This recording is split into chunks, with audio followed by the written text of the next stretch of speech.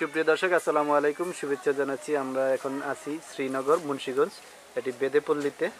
তো আমরা কথা বলবো একজোড়া নতুন কাপল যারা মাত্র 7 দিন হয়েছে বিবাহ জীবনযাপন করতেছে। তো কিভাবে আসলে বিয়েটা হয়েছে তাদের মধ্যে আমরা যখন গল্প করছিলাম আসলে অনেক কথা শুনেছি তাদের মুখ থেকে।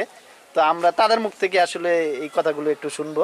তো ভাইয়া, কি নাম আপনার? ভাই আমার নাম হৃদয়। হৃদয়, বাহ, হৃদয় অনেক বড়। আচ্ছা আপু, আপনার নাম? সুমাইয়া। সুমাইয়া। তো একটু ইন্ট্রোডিউসটা কিভাবে হয়েছে আপনারা যদি একটু বলেন, দুইজনের পরিচয়টা। কই ফেলা আগে শুরু কর না। কই ফেলা আচ্ছা ভাই, আপনাকে দিয়ে শুরু করতেছি, আপনি বলেন। ভাই প্রথম ওনারা অনলাইনে দেখছি আমি, আচ্ছা। দেখার পর ইমুতে নক করছি। নক করার পর ওই বলছে আর কি দেন ভাই কে আপনি চিনি না। তো আমি বলছি অচেনা থেকে মানুষ চেনা পরিচয় হয় আচ্ছা। নাকি।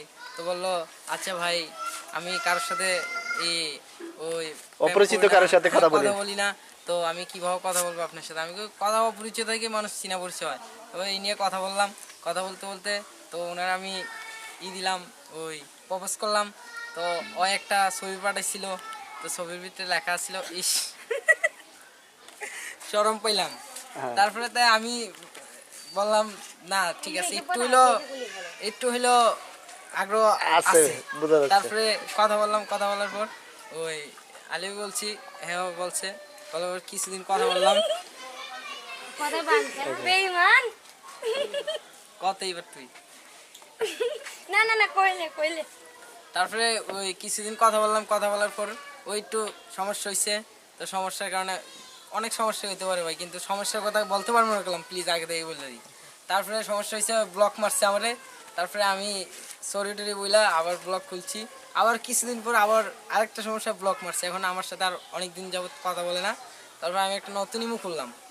খোলার পর হ্যাঁ আবার হ্যাঁ একটা ইয়ে আসছিল, বান্ধবী আসছিল, আবার বোনের মেয়েও আসছিল, এই নাম প্রিয়া।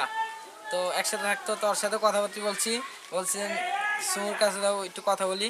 তারপরে হ্যাঁ আবার ব্লগ খুলছে, খোলার পর আবার কিছুদিন কথা বললাম, আবার ব্লক মারছে ভাই। তারপরে বলছি দোষ আমার একলাই ছিল। তারপরে ওই ব্লক মারছে। তারপরে এত করে বলছি আর ব্লক খুলছে না। তা আমি অনেকদিন যাবৎ আর কথা বলি না, তে কথা বলি না। তারপরে হ্যাঁ কি করছে, কিছুদিন পর ফোন দিছে, এক মানে 2-1 দিন পর ফোন দিছে। ফোন দিয়া একটু কান্দা কান্দা ভাব বলতেছে, তুমি আগের মতো আমারে মিস করো না কেন, কথা বলো না কেন। তো আমি বলছি তোমার যেহেতু এতই আমার জীবন থেকে সরে যাও দরকার, তো প্রয়োজন মনে করো তা সরে যাও। তো এই কান্দাকাটি করছে একটু। তারপরে আবার তারপরে আবার ওই প্রেম করছি, আবার কিছুদিন কথা বলছি। তারপরে ওই এই ধরো শুরু আর কি।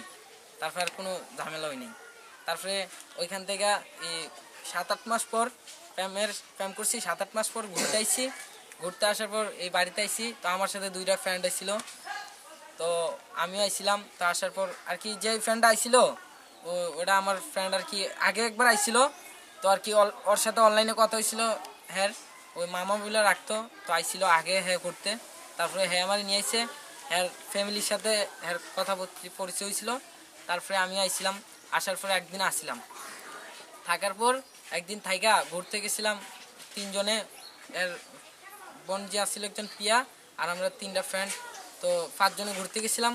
ঘোরার পর আইসা একদিন থাইকা তারপরে চলে গেছি। চলে যাওয়ার 3-4 দিন পর ভাগায় নিছি।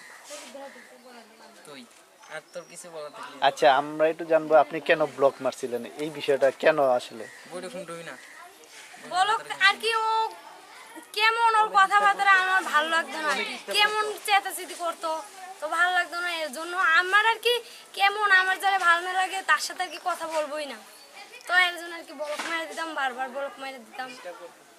এই আর কি ভালোই লাগে আর কি। আমার কথায় কথায় রাগ হয়ে যায়, তারপরে আবার তার কথা বেশি মনে পড়ে আর কি। তো আর কি আর কি হ্যাঁ একটা কথা 2-3 বার শুনতে ভালো লাগে না। তো আমি একটা কথা, আচ্ছা ভাই ফোনের মাধ্যমে যদি কথা বলি, যদি কোনো হয় ওই নেটওয়ার্ক প্রবলেম দেয়, এটা কি আমার দোষ? না না, এটা আমার দোষ না। তো এটা ভাইবা মনে বসতাম 3-4 বার ওই জিগাইতাম, হ্যাঁ ফোন কাটতে দিত। ওই কাটতে দিল কি জন্য, আমি ঝরকা করতাম, তর্ক করতাম, ব্লক মেরে দিত।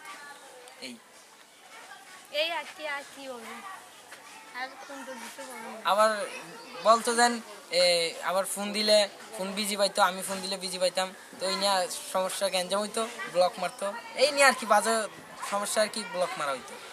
তা আমি কখনো মারছি না ওনারে বলো, বুঝছেন? এই খালি মারছি। বলো খেয়ে গেছেন। হ্যাঁ।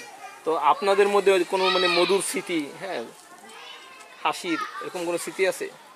হ্যাঁ আছে তো অনেক কিছু আর কি। একটা বলবেন? হ্যাঁ আপু বলি। কোনটা? নিচু। না। সিকিউর নকশা দেখে।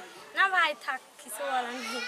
মানে ওই যে আপনারা যে 5 জন মিলে ঘুরতে গেছিলেন, সেই দিনে কি আসলে সরাসরি প্রপোজ করা হয়েছিল নাকি না তার না, আগে? না। না ফোনের মধ্যে ফোনের মধ্যে তো অনেক অনেক আমাদের ফোনের মধ্যে যেরকমটা কথা হচ্ছে ফোনের মাধ্যমে, যেমন একযোগ প্রেম করলে যেরকমটা হয় ওরকম। তারপরে দেখা করছি, প্রথম দেখায় ক্রাশ খেয়ে গেছি তো ভাই, প্রথম এতদিন পর প্রথম দেখা করছি, ক্রাশ খেয়ে গেছি। তো দেখাটা কোথায় করছে? দেখাটা ওনাদের বাড়িতেই করছি।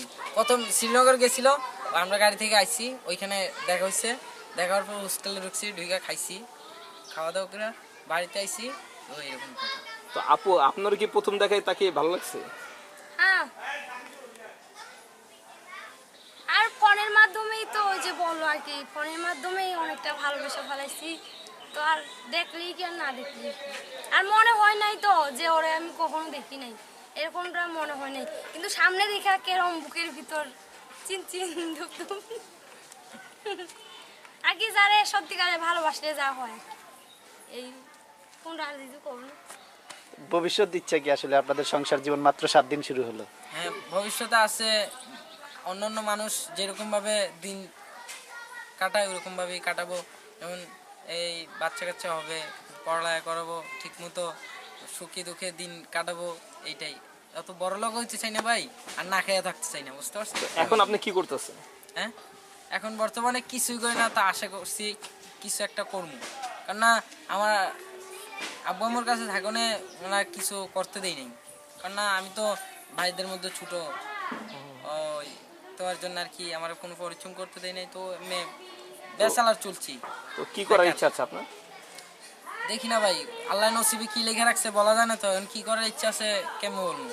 এখন করার ইচ্ছা আছে অন্য অন্য কাজ, কিন্তু নসিবে যদি আরেকটা লেখা থাকে তো আমার কিছু করার নেই আর, নসিব। আচ্ছা, আমরা একটা প্রবাদ বাক্য আছে, সেটা সবাই জানি, অভাব যখন দরজায় এসে দাঁড়ায়, ভালোবাসা তখন জানালা দিয়ে পালায়। আপনারা হয়তো সেটা জানেন বা শুনছেন জানি, হয়তো, জানি, বা জানি। যখন প্রেম করছেন তখন এই ডায়লগটার সাথে সবাই পরিচিত। হ্যাঁ, তখন এমনটা কিছু না হোক আপনাদের জীবনে, কখনো অভাব যেন আপনাদের জীবনে না আসে। হঠাৎ যদি কোনো কারণে আসে, তখন কি আপনি ওকে ছেড়ে যাবেন, বা আপু ভাইয়াকে ছেড়ে যাবেন, বা ভাইয়া আপুকে ছেড়ে আচ্ছা যাবেন? ঠিক আছে, আমি এক কথা বলে দিই, যদি অভাব কখনো দুয়ারা এসে খাড়ায় না, তখন ফ্যামিলি আছে না, আচ্ছা, ফ্যামিলি আছে না, কিছুদিনের জন্য হলেও তো আছে। আচ্ছা। অভাবটা কি সারা জীবন লাগে থাকবো মানুষের? না। সারা জীবন লাগে থাকবো তার না। জন্য যে ছাইরা দিতে হবে, এমন কোনো তাইলে কথা কি আর না। তার জন্য কি আর ভালোবাসছি নাকি? যদি একটা সম্পর্ক 4-5 বছর রাইখা, স্বামী স্ত্রী 4-5 বছর থাইকা, যদি অভাবটা মাসখানেকের জন্য আসে, এই মাসখানেকের জন্য যদি এই 4-5 বছরের ভালোবাসা চলে দেবো, এটা যারা যায় তাদের মতো কি গাধা পৃথিবীতে নাই। ফ্যামিলি আছে না ওমা, আচ্ছা আচ্ছা। অত 1-1.5 মাস অভাব থাকলে 1-1.5 মাস ফ্যামিলি সহযোগিতা করবো। মানুষের তো অভাব আর সারা জীবন লাগে থাকে না, আর সারা জীবন মানুষ তো বেকার থাকে না, তৈরি। অনেকে আছে প্রেম করে এরকম প্রতারণা করে, এই জন্য মানে প্রশ্নটা করা আর কি। হ্যাঁ এটা তো আছে আর কি, কিন্তু আমাদের মধ্যে ওইরকমটা ইচ্ছা নাই আর কি। শুন ভাই, যখন প্রেম প্রেম করে মানুষ, তখন মানুষ ওয়ান টাইম, কেননা যখন মন চায় তখন ছাইড়া দিতে পারে, আর যখন একটা বাঁধন মিলা দেখা, তখন কখনো ছাইড়া দেওয়া যায় না। কারণ একটা বিয়া শাদীর ব্যাপার খামখেয়ালি না, বুঝতে পারছেন, মুখের কথা না, তো ভাই সারা আপনাদের জীবনের সম্পর্ক। তা আপনাদের ভিতর যে অনেক ছেলে, হ্যাঁ, বিয়ে করার পর একটা সন্তানবোধ ছেড়ে যায়, তো আপনার কি মতামত? এই কাজটা কি ঠিক? অনেকে করে, অনেকে। ঠিক আছে ভাই, এটা ঠিক না, কিন্তু আবার আমি বলে দেই কেন করে, কি কারণে করে, তারপর মানে আছে, বুঝছেন। হয়তো ছেলেটার সাথে মেয়েটার ম্যাচিং হয় না, নয়তো মেয়েটার সাথে ছেলেটার ম্যাচিং হয় না, কিছুদিন যাবৎ এরকম দেখে, হয়তো সংসারে অশান্তি অজান্ত যন্ত্রণা থাকে, এর জন্য ছেলেটা হয়তো বিরক্ত হয়ে চলে যায়, নয়তো মেয়েটা বিরক্ত হয়ে চলে আসে। আর দোষটা কার? দোষটা দুজনেরই থাকে, দোষটা কারো একার থাকে না। কিন্তু ভালোবেসে তো তারা বিয়ে করে। হ্যাঁ, ভালোবাসে বিয়ে করে, কারণ না আমি কি বলি শুনেন, দোষটা যদি দুজনের না থেকে একজনের থাকতো, তো একজনের মেনটেন করে ফেলাইতো, কেননা দুজনেরই জিজ আছে আর দুজনেরই ওই দোষ আছে। দোষ আছে, তার জন্যই। আপু কি বলেন, ভাইয়া যে বলছিস আপনি কি একমত?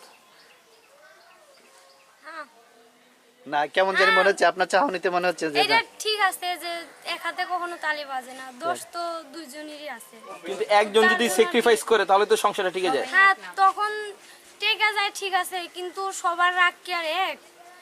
মনে ভাই- করো সবার রাগ মনের মধ্যে রাইখা দেয়, কাউরে বলতে পারে না, ওই কষ্টের কথাটা বলতে পারে না। যদি বলতো তাহলে কি আর এই রাগারাগি এসব হতো, দূরত্বরা বাড়তো না। তো আর কি ওই বলতে পারে না, কারো রাগের কথা সবার মনে থাকে, এর জন্য দূরত্বটা বাইরে তো যায়। এমন যদি হয় যে ভাইয়া হঠাৎ করে রেগে গেছে, কয়েকদিন তো খুব রেগেছে, তখন আপনি কি করবেন? তখন আর আমি কি করবো, চুপ করে থাকবো, ওরে মানাই নেবো। ভাই আমাদের কথা হয়েছে আগে থেকেই, যদি আমি রেগে যাই তুমি চুপ থাকবা, আর তুমি রেগে গেলে আমি চুপ থাকি। এটা কি প্রেম করার সময় এই কথাটা হয়েছে? হ্যাঁ, যখন প্রেম করি ওখান থেকে এটা বলা হয়েছে। কারণ না শুনেন, আমি একটা কথা বলি, এখন আমি যদি রেগে যাই আপনিও রেগে গেলেন, মারামারিটা অর্ধ হবে, বুঝতে পারছেন? এখন সম্পর্কটা আর আগের মতো থাকবে না। আর যদি আপনি দুই কথা বলেন আমি চুপ থাকি, তো একটু হইলে মনের মধ্যে মায়া থাকবো যে না আমি বলছি, হয়তো কোনো কথাই বললো না, তো দোষটা আমারই। আসলে সংসারটাকে সুখ করার জন্য কিন্তু আসলে এই জিনিসটা দরকার, হ্যাঁ, সুখে দুজনের করার মধ্যে জন্য জিনিসটা স্যাক্রিফাইস দরকার। হ্যাঁ, একটু স্যাক্রিফাইস দরকার। তো আপনাদের সংসারটা অনেক সুখের হোক, আপনাদের ভবিষ্যৎ জীবন অনেক সুন্দর হোক। হ্যাঁ, আশা করি ভাই। হ্যাঁ, এইটাই দোয়া করেন আপনারা, আর আমরা এটাই চাই, আল্লাহর কাছে এটাই চাই আর কি। তো আপনারা ভালো থাকবেন, হুম। ধন্যবাদ আপনাদেরকে। আচ্ছা।